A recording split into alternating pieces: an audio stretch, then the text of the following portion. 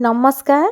देखा जाउची ना पूरापूरी मार्केट रू किणिक आनला भलिया पनीर बटर मसला आपण माने बहुत कम समय रे बिना काजू बिना चारमगज रे बहुत कम जिनस रे आपण माने पनीर बटर मसला घरे बने परिबे पूरापूरी रेस्टोरेंट स्टाइल रो।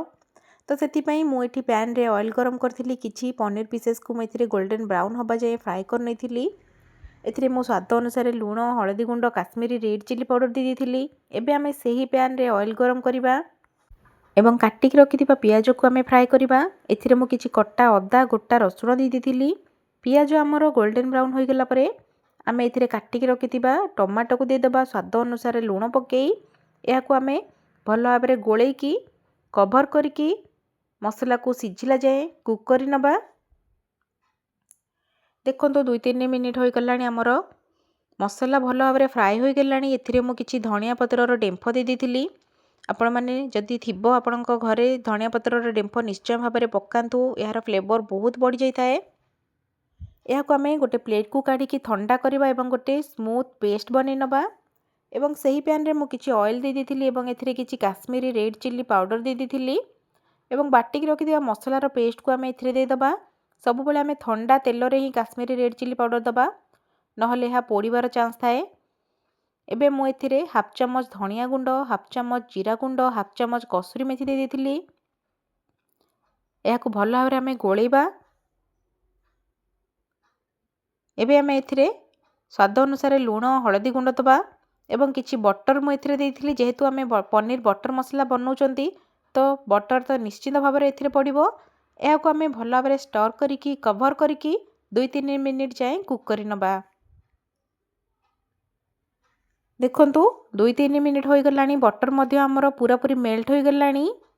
मसला हमर बहुत भल भाबरे रेडी होई गलानी। एबे मु एथिरे हाफ चम्मच चीनी दे देथिली। चीनी दबा द्वारा हमर मसलार टेस्ट पूरापूरी बैलेंस रही थाए। एबे आमे फ्राई करी रखिथिबा पनीर पीसेस को एथिरे पकेई भल भाबरे आमे मसला सहित याकू गोळेबा। कंचा पनीर पकेया द्वारा पनीर भांगीबार चांस थाए किंतु जदि आपण माने फ्राइड पनीर पकाउचंती तो एहा केबे भी भांगीबनी एहा सेमती गोटा ही रही थाए। मसला रे आमे याकू भल भाबरे कवर करके मसला रे कुक करिबा एवं एथिरे मु किछि गरम क्षीर दे देथिली। आपण माने चाहिए गरम पानी मध्य देई परिबे किंतु गरम क्षीर दबा द्वारा यार टेस्ट आहुरी बढ़ी जाई थाए। पूरापूरी रेस्टोरेंट स्टाइल रो आपण माने जदि करबा को चाहछन तो निश्चय भाबरे क्षीर दियंतु यार टेस्ट बहुत ही बढ़िया आस्थाए।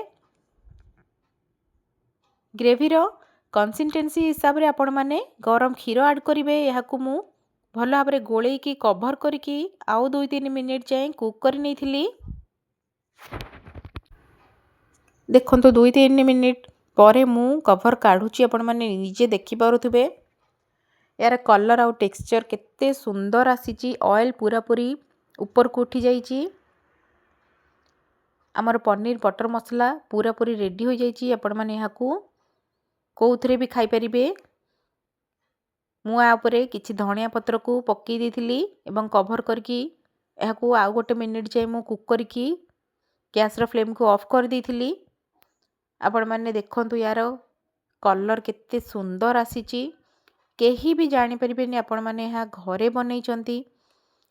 पूरापूरी रेस्टोरेंट रो ऑर्डर करकी आनला भलिया देखा जाउची। टेस्ट मध्य पूरापूरी सेम।